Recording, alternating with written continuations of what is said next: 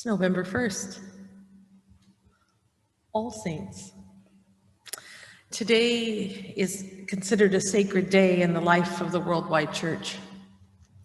This has been a very hard year across the world, and we have certainly felt it strongly within our church community as we have been separated from one another in various ways due to COVID-19. So we have come to All Saints' Day, as churches around the world know and honor it. It's a day to remember, to reflect, to cherish, and to celebrate our lives and the lives of our loved ones. This is an act of congregation. It's a community celebration, one that affects us all. That's because any personal loss is also a loss to the whole, a loss to all of us. Those we hold as saints individually shape us collectively. That's what it means to be part of divine love. It has no beginning or end. And that's what we mean by a communion of saints. It has no beginning or end. We all take a share in losses and blessings of the lives we celebrate as community. When you hear the Beatitudes, what do you think? Maybe you think, wow, these are the most beautiful words I've ever heard. Or wow, these are beautiful words, but like so many beautiful words, they're fanciful and can't really be followed in the real world.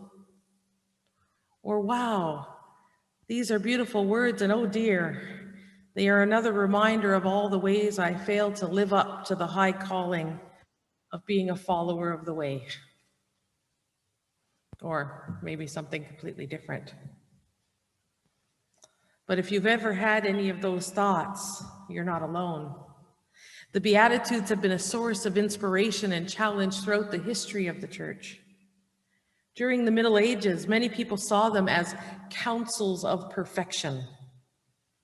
That is, they were things which applied to a spiritual elite, but not to ordinary folks.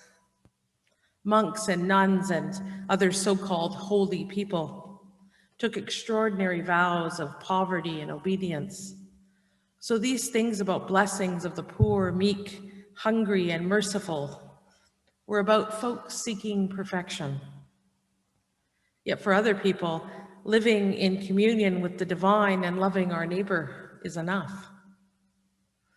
This approach recognizes the real challenge these sayings put on people, but it limits the full force of them by saying that in this life, they are only for a spiritual elite.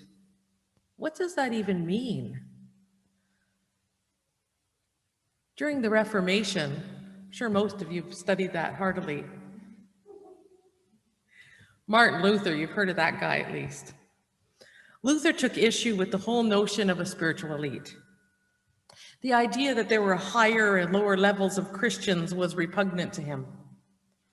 Luther famously proclaimed the priesthood of all believers, and that is that we're all on the same level, no higher, no lower, all called to share in the priestly ministries of the church.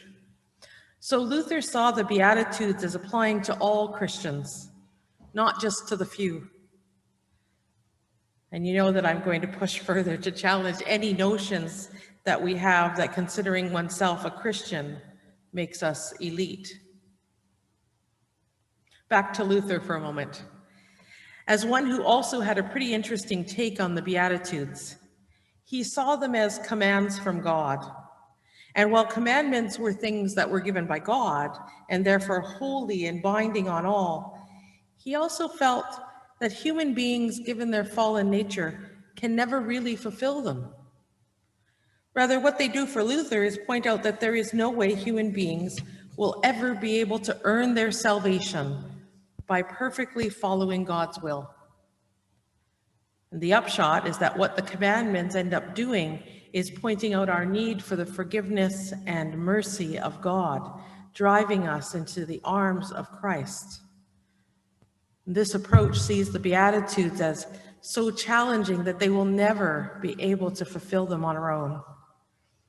We need to turn to the grace and mercy offered in Christ if we're ever going to be made right with God.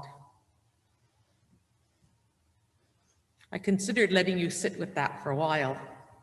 First of all, though, let me say clearly that I don't believe that we have to earn something called salvation or rely on the mercy and grace of a distant deity.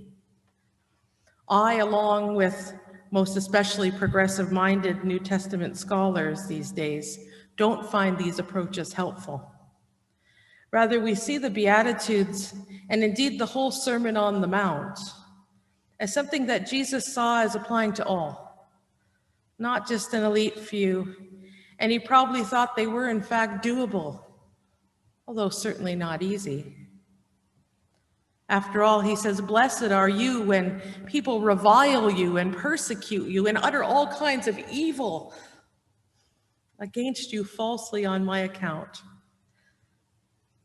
Still, most scholars think he probably meant for people to live this way. That's probably why they stress that these things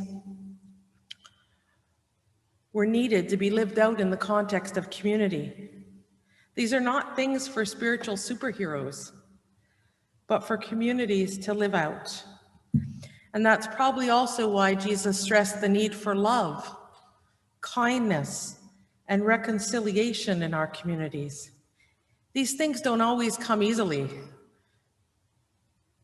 and they take practice.